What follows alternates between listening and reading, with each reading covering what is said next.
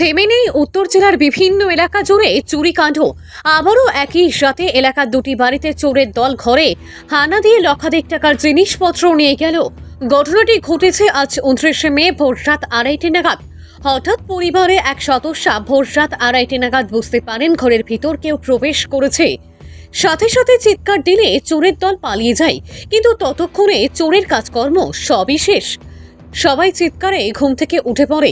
ঘরের ভিতরে দেখতে পান জিনিস সর্বত্র ছড়িয়ে ছিটে আছে। দেখা যায় ঘরের দরজা এবং জানালা ভেঙে চোরের দল ঘরে প্রবেশ করে একের পর এক সমস্ত জিনিসপত্র তছনছ করে খুঁজতে থাকে। আলমারিতে রাখা সোনার চেন নিয়ে যায় বিছানার মধ্যে বালিশের নিচে রাখা নগদ 12,000 টাকা। তাছাড়াও টর্চ আরও আনুষঙ্গিক জিনিসপত্র নিয়ে যায়। জানা যায় বাড়ির মালিকের নাম বিমল দাস, পিতা হরিবল দাস, বাড়ি উত্তর ফুলবাড়ি, ওয়ার্ড নম্বর 4।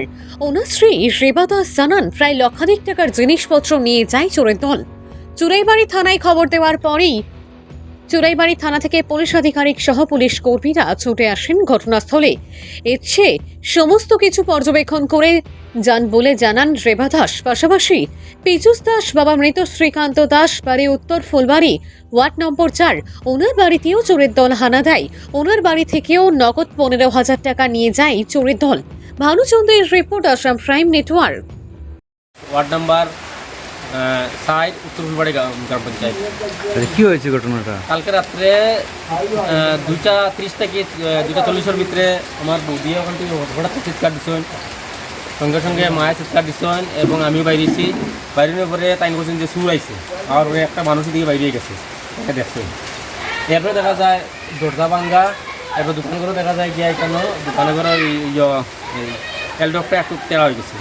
তারপরে দেখা যায় এদিকে সব কিছু এলোমেলো বৌদিয়ে তাইনে ওখানে তাই জমাইলে 15,000 টাকা এখানে দেখুন নাই পঁয়ত্রিশ কোটি টাকা। আর কি জিনিস নিয়েছে? হ্যাঁ, আর কি নিয়েছে? আর কোনো কিছু নাই। টাকাই নিয়েছে 15,000 টাকা। কালকে রাত্রে প্রথম দরজার দিকে অনুভব করলাম ওদিকে মাঝে সাজাইছে, খুলতেও পারছে না। কিন্তু সামনের দরজাতে? সামনের দরজা দুনো সাইড খাটা, এদিকে করতে পারছে না, পারিয়া জানালার দিকে গেছে গিয়া জানালার চিৎকারি সাজাইয়া পিনটা খুলে দিছে, লুয়া খুলিয়া ডুবি গেছে ভিতরে। ডুবিয়া ওই আমরা পাশে রুমো শ্বশুর তখন এই রুমো ঢুকছে ইয়া ডুবিয়া বালিশের নিচে আসছিল 12,000 টাকা, 200 নিচে আসছিল একটা কর্তার মধ্যে স্বর্ণের একটা চেইন, নিচে হইল লাখ টাকার জিনিস লইয়া গেছে গিয়া। এরপরে একটা টস বালিশের সাইডে, আমার শ্বশুরও বালিশের সাইডে টসটা আসছিল লইয়া গেছে। এরপরে এখানোর জিনিস শিখানো নিচে আস্তা করে এলোমেলো হচ্ছে। নিচে একটা বাক্সর মধ্যে বাসনপত্র আসিল, ইটি সবটি নিচে। এরপরে মিস্ত্রিবোর উপরে একটা বাক্সর মধ্যে রেশন কার্ড, ক্যাসেট 2-3টা আসিল, ইটি বার করছে নিয়ে এটা রান্না করো ফার্নিচারের মধ্যে উপরে রাখছে। এরপরে পিছনের দিকে একটা লাইট আছে বাইরে এটা মনে হয় আগেও খুলছে, এটা খুলিয়া অন্ধকার করছে, এটা খুলিয়া আবার রাখছে একটা চার আসিল, চারের উপরে রাখছে বাইরে। এরপরে পিছনের দরজার দিকে বাইরে গেছে। মানে ক্ষতিপূরণ এটি জন্য করি আমরা গরিব অবস্থা নিরুপায়, সবসময় দিন ধরে কাজ করা খাইরা ওরকমও চললাম আর অবস্থা। কত নম্বর ওয়ার্ড? 4 নম্বর উত্তর ফুলবাড়ি 4 নম্বর ওয়ার্ড। হ্যাঁ, 4 নম্বর ওয়ার্ড। আমার নাম হইল রেবা দাস, আমার হাজব্যান্ড হইল বিমল দাস।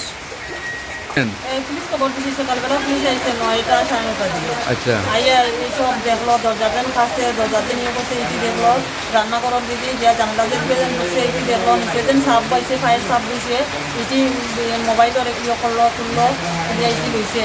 এরপরে সব কিছু দেখছে, বড় এলোমেলো বাক্স নিজে বাসনপত্র আছে, এটি বার করছে টানিয়া, এটিও পুলিশে দেখছে। এরপরে আসামি একজন অনুমানিক দিল আর কি, সঠিক কইতে পারলাম না, মানে এ আরও মানে তারা ধরা গেছে, আরও ধরা খাইছে, অনুমানিক একটা পুলিশে ধরিয়ে নিচ্ছে। এর নামটা কি? নামটা তো আমি সঠিক জানতাম না, মানে তার স্ত্রীর নামটা জানিয়েছি তারা বেগম। আচ্ছা, এই ব্যাপারে আপনারা কি চাইছেন? আর হ্যাঁ, এই ব্যাপারে আর কি চাইছেন আপনারা? অত মানে আসামিটা পুলিশে তথ্য নিব, জানলাম। কোন থানায় খবর দিয়েছিলেন?